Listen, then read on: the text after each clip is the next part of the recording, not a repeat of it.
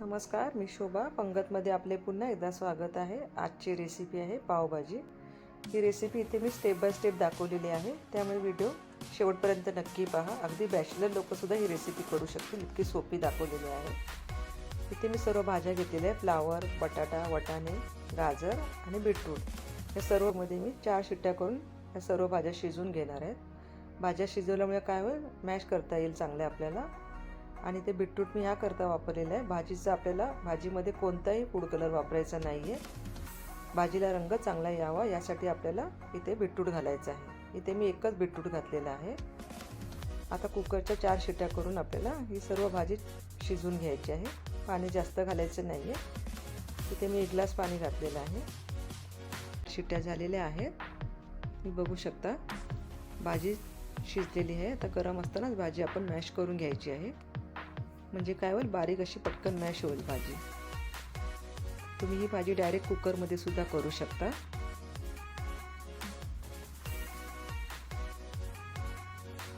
इथे बघा, भाजी मॅश केल्यामुळे आत्ताच भाजीला किती छान असं सुरेख रंग आलेला आहे. आपण कोणताही फूड कलर वापरणार नाही आहोत. आता फोडणी करून घेऊया. एका कढईमध्ये मी 2 टेबलस्पून इतकं तेल गरम करून घेतलेलं आहे. अमूल बटर घालूया. तेल चांगलं गरम झाल्यावरती आपल्याला 2 उभे चिरलेले बारीक कांदे कापायचे आहेत. कांदे बारीक चिरून घ्या.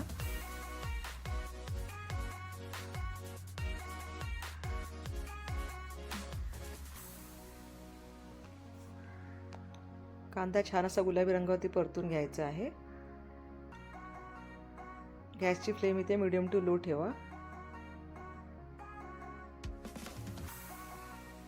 आलं लसूण पेस्ट घालायचं आहे. तुम्ही मार्केटची आलं लसूण पेस्ट विकतची आणून घालू शकता. इथे मी ताजी बनवलेली आलं लसूणची पेस्ट वापरलेली आहे.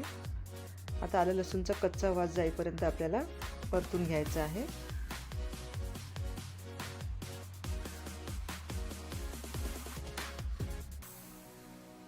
त्यानंतर आपण इथे बारीक चिरलेली शिमला मिरची घालणार आहोत.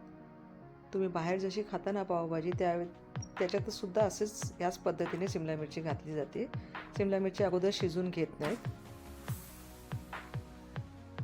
तुम्हाला जर मार्केट स्टाईल पावभाजी खायची असेल तर अशाच पद्धतीने ही पावभाजीची रेसिपी नक्की ट्राय करा. 4 ते 5 मिनिटं शिमला मिरची छान अशी परतून घ्या, म्हणजे ती थोडीशी शिजली जाईल.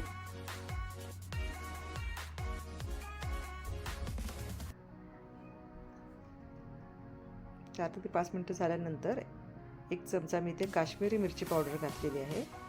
भाजीला रंग अजून छान यावा त्यामुळे मी इथे काश्मीरी मिरची पावडर वापरलेली आहे. अर्धा चमचा हळद, 1 चमचा धने पावडर घातलेली आहे. आता हे मसाले परतून घ्यायचे आहेत.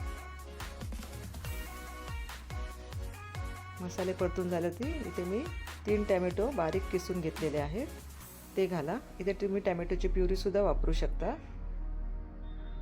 किंवा टॅमॅटो अगदी बारीक चिरून घालू शकता. ते सर्व मसाले तेल सुटेपर्यंत आपल्याला भाजून घ्यायचे आहेत. मसाले खाली लागू नये म्हणून मी ते अर्धा कप पाणी घातलेलं आहे.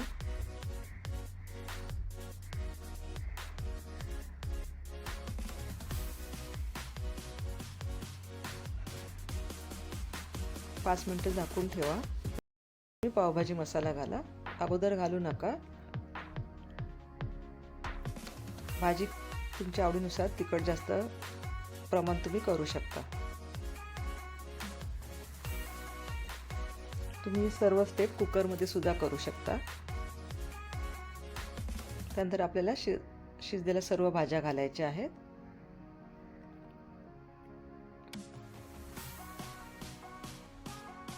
त्या सर्व भाज्या मिक्स करून घ्या. ही सर्व प्रोसेस करताना गॅसची फ्लेम आपल्याला मिडियमच ठेवायची आहे.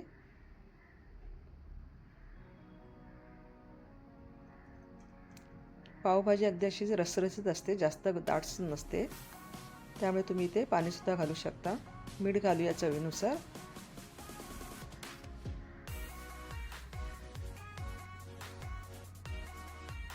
कसुरी मेथी घाला. कसुरी मेथी ही ऑप्शनल आहे, तुम्ही नाही घातली, स्किप केली तरी सुद्धा चालणार आहे.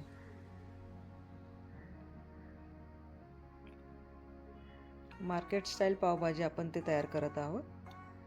ते बघू शकता तुम्ही. भाजीला आत्ता छान असा सुरेख रंग आलेला आहे. थोडंसं पाणी घालूया.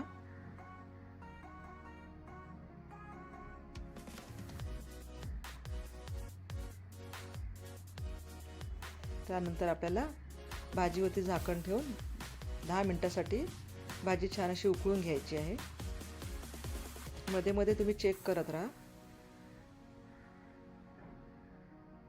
मध्ये मध्ये भाजी अशी हलवून घेत जा. त्यामुळे काय होईल, भाजी खाली लागणार नाही.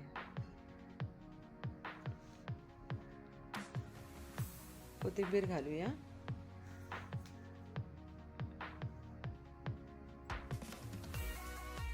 आपली पावभाजी ते तयार झालेली आहे.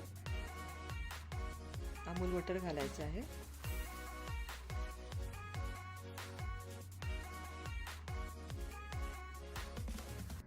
आता आपण पाव गरम करून घेऊया. ते तव्यावरती मी अमूल बटर घालते.